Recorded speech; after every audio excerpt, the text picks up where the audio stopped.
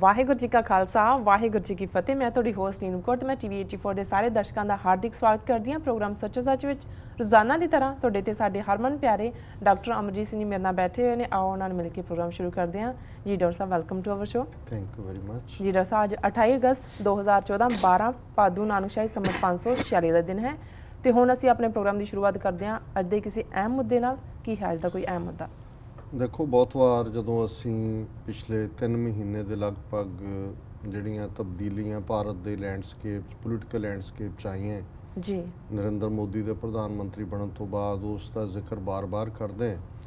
ਤੇ ਇਸ ਦਾ ਮਤਲਬ ਸਿਰਫ ਇਹ ਨਹੀਂ ਹੈ ਕਿ ਸਾਡੀ ਕੋਈ ਓਬਸੈਸ਼ਨ ਹੈ ਜਾਂ ਅਸੀਂ ਸਿਰਫ ਬੀਜੇਪੀ ਜਾਂ ਨਰਿੰਦਰ ਮੋਦੀ ਨੂੰ ਟਾਰਗੇਟ ਕੀਤਾ ਹੋਇਆ ਹੈ, ਸਾਨੂੰ ਕੋਈ ਹੋਰ ਖਬਰ ਨਹੀਂ ਮਿਲਦੀ ਜੀ।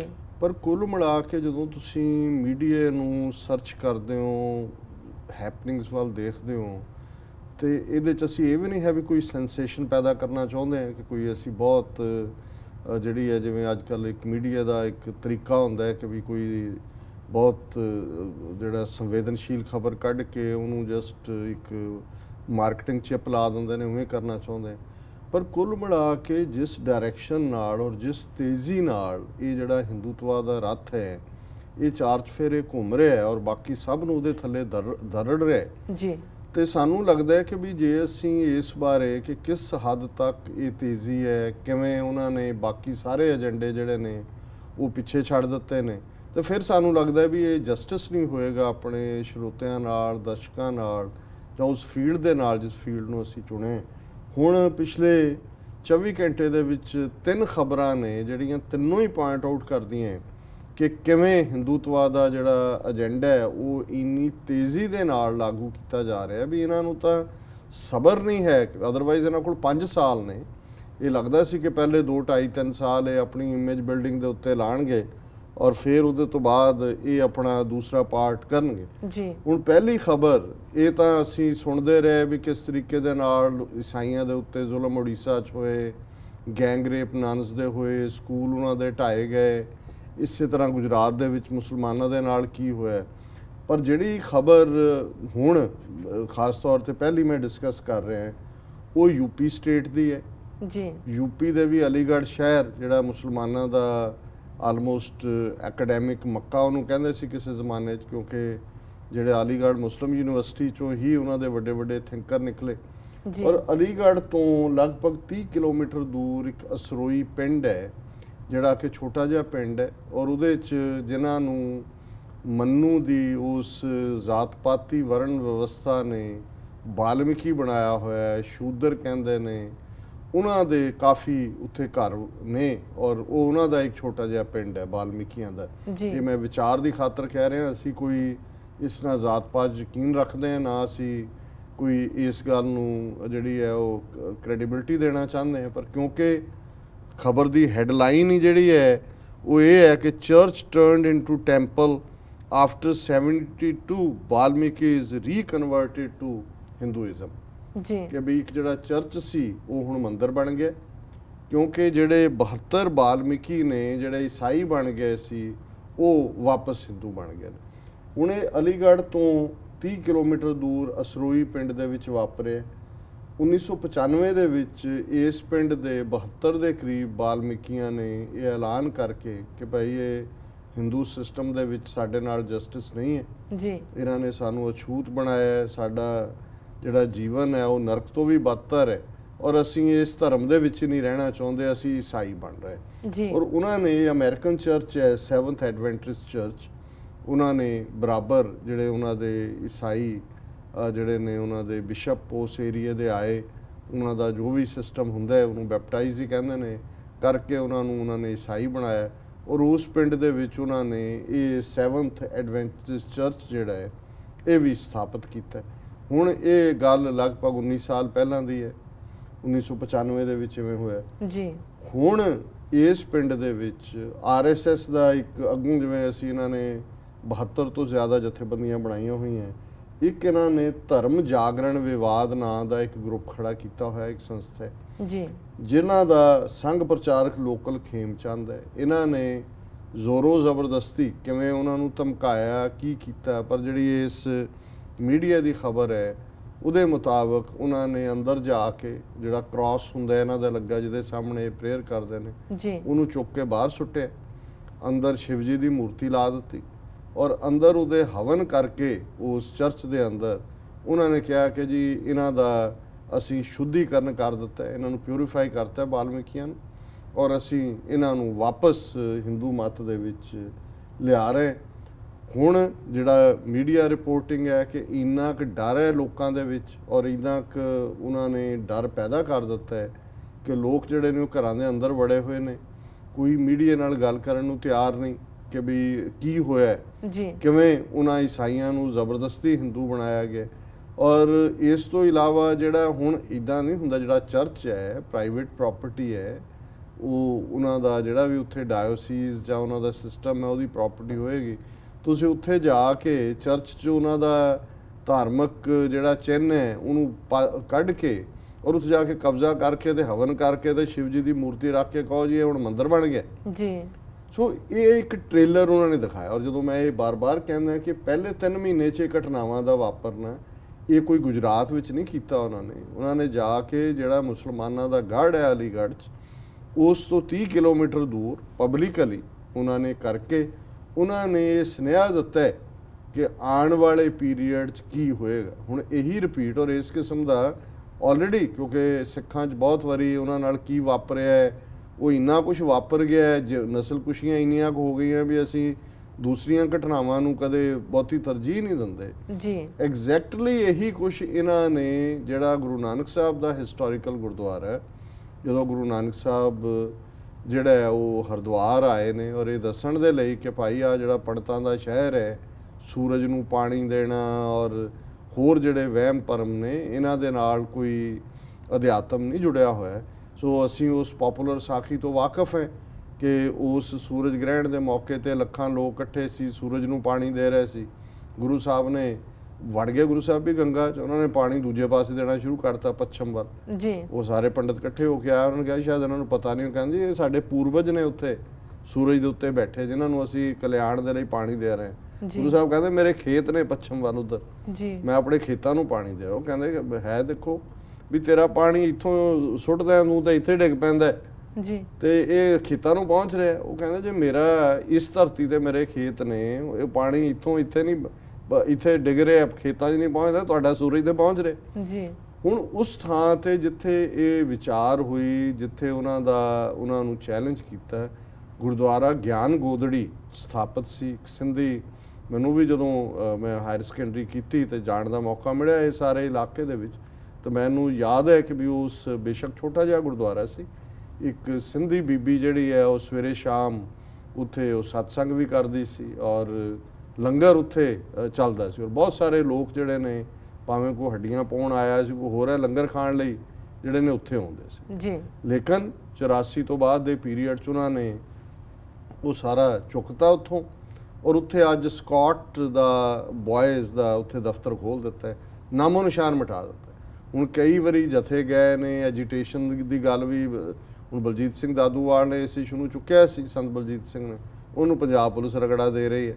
ਇੱਕ ਕੇਸ ਪਹਿਲਾਂ ਹੀ ਪਾਇਆ ਉੱਥੇ, ਹੁਣ ਅੱਜ ਸੀ ਵੀ ਮਾਨਸਾ ਦੀ ਪੁਲਿਸ ਚੁੱਕ ਕੇ ਲੈ ਗਈ, ਉਹਨਾਂ ਨੂੰ ਸਜ਼ਾ ਦੇ ਰਹੇ ਨੇ ਵੀ ਹਰਿਆਣਾ ਗੁਰਦੁਆਰਾ ਕਮੇਟੀ ਤੁਸੀਂ ਬਣਾਈ ਹੈ, ਇਹਦੀ ਹੁਣ ਤੁਸੀਂ ਸਜ਼ਾ ਪਾਓ, ਉਹਦੇ 'ਚ ਤੁਸੀਂ ਆਪ ਵੀ ਹੈਗੇ ਹੋ।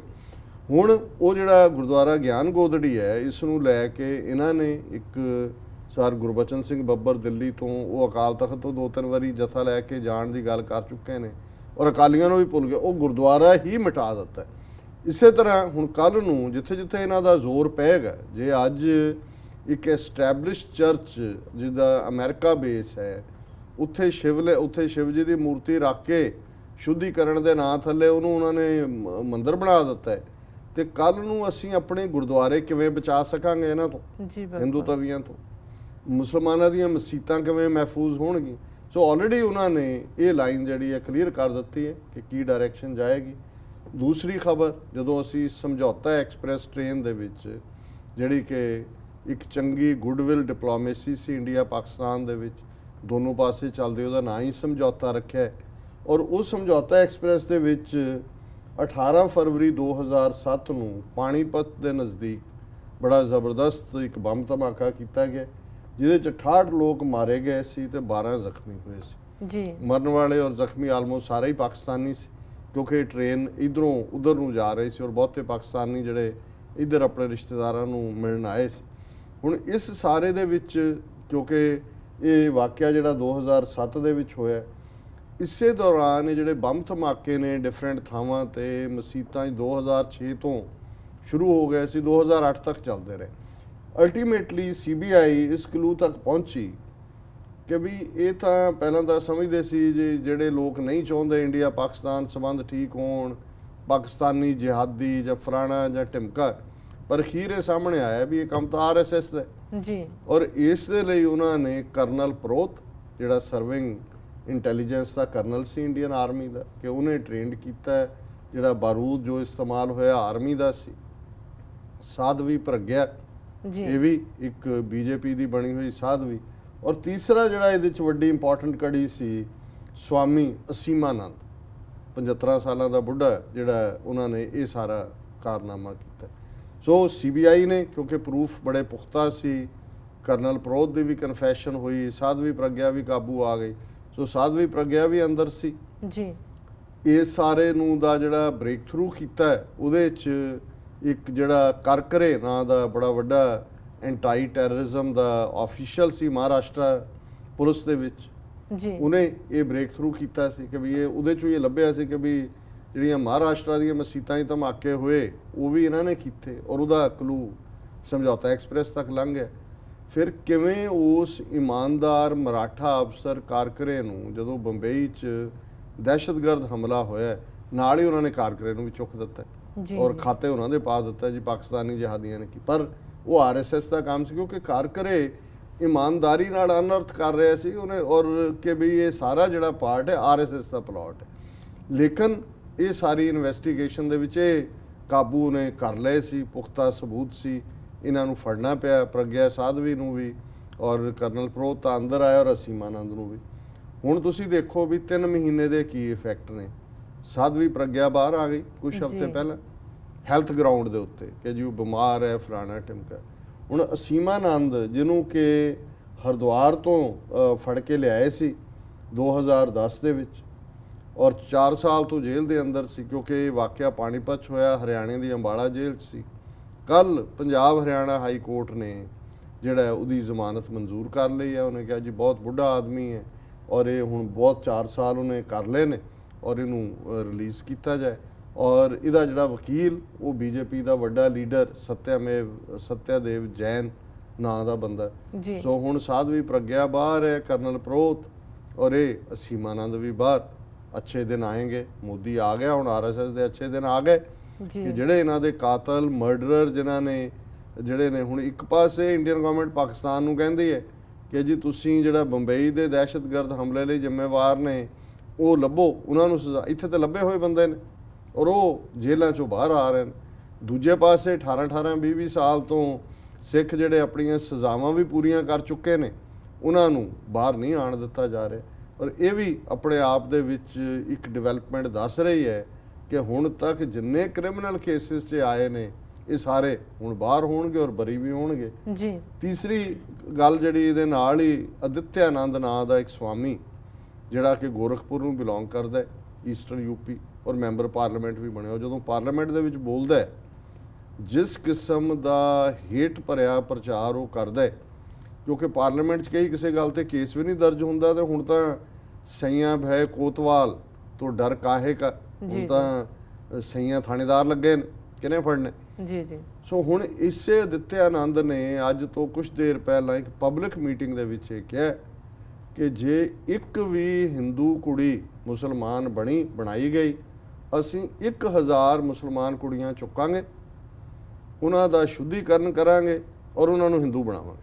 ਔਰ ਇਹ ਵਾਇਰਲ ਹੈ, ਵੀਡੀਓ ਸਾਰੇ ਪਾਸੇ ਘੁੰਮ ਰਹੀ ਹੈ ਉਸ ਦਾ ਪਬਲਿਕ। ਔਰ ਉਹਨੇ ਕਿਹਾ ਜੀ ਮੈਂ ਇਹ ਪ੍ਰਣ ਕਰਦਾ ਕਿ ਮੈਂ ਆਈ ਟੇਕ ਏ ਵਾਓ, ਮੈਂ ਇਹ ਪ੍ਰਣ ਕਰਤਾ ਹੂੰ।